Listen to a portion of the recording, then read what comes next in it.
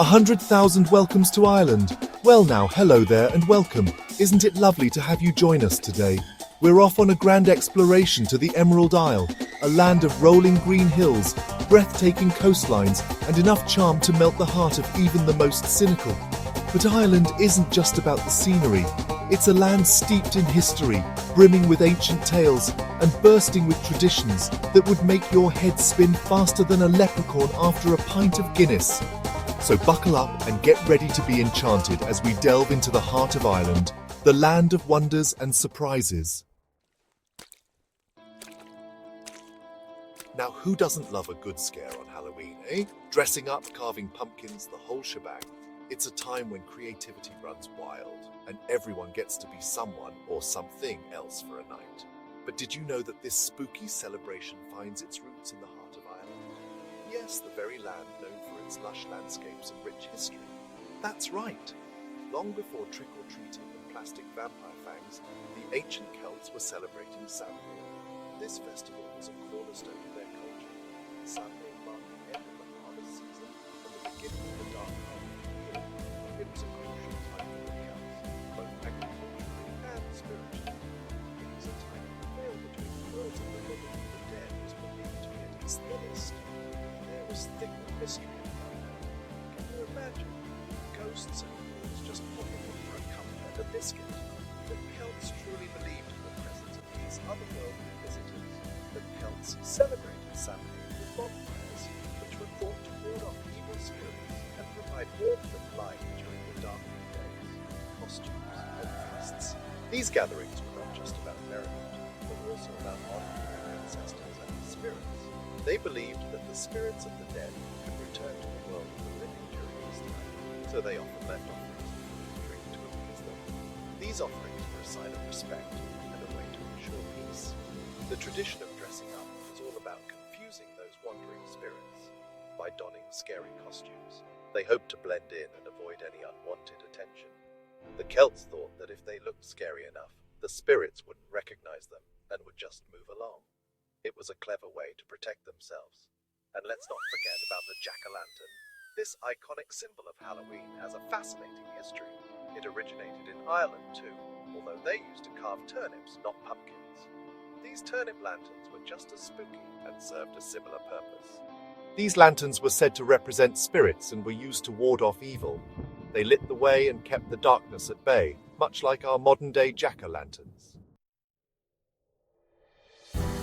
Next stop on our Irish adventure is the Hill of Tara, a place that's about as Irish as you can get. It's located in County Meath, and let me tell you, it's not just a hill with a nice view. This hill is steeped in history, legend, and enough royal drama to make the crown blush. The Hill of Tara was once the seat of the High Kings of Ireland. These weren't just any old kings, mind you.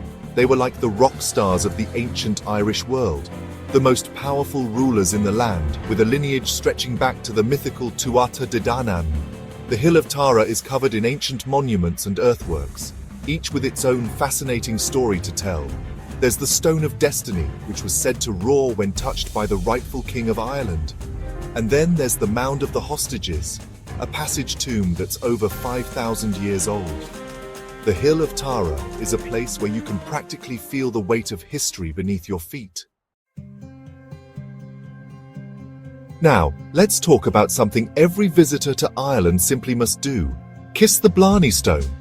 This ancient ritual has been drawing people from all over the world for centuries. It's practically a rite of passage, a must-do on any Irish itinerary.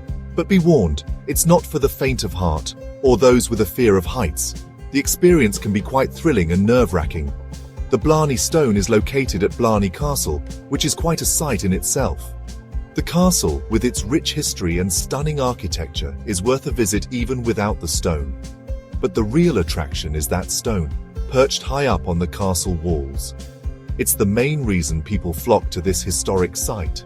To kiss it, you have to lean backward, way backward, over a sheer drop, while holding onto some iron bars. It's a unique and somewhat daring experience. It's enough to make your head spin, and that's before the Blarney magic even kicks in. Many people come away feeling a bit dizzy but exhilarated. But why go through all that trouble just for a smooch with a stone, you ask? What's the big deal? Well, legend has it that kissing the Blarney Stone gives you the gift of gab. That's right, the ability to speak eloquently and persuasively. That's right, you'll be able to talk your way into or out of just about anything.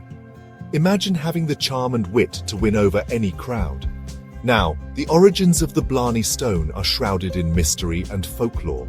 Its history is as intriguing as the stone itself. Some say it was Jacob's pillow, brought to Ireland by a returning crusader. This theory adds a biblical twist to the stone's legend. Others claim it was a stone that could tell the guilty from the innocent. This version of the story gives the stone a mystical, almost magical quality. Whatever its true origins, kissing the Blarney Stone is a tradition that's as Irish as a shamrock shake. It's a fun and quirky part of Irish culture, so if you're ever in County Cork, be sure to pay a visit to Blarney Castle and pucker up. It's an experience you won't soon forget. Right then, are you ready to tap your feet and let your hair down? Because we're about to dive into the vibrant and exhilarating world of traditional Irish music. And trust me, this isn't your granny's old record player. Irish music is like a shot of pure joy, a celebration of life, love, loss, and everything in between. It's the kind of music that makes you want to get up and dance, even if you have two left feet.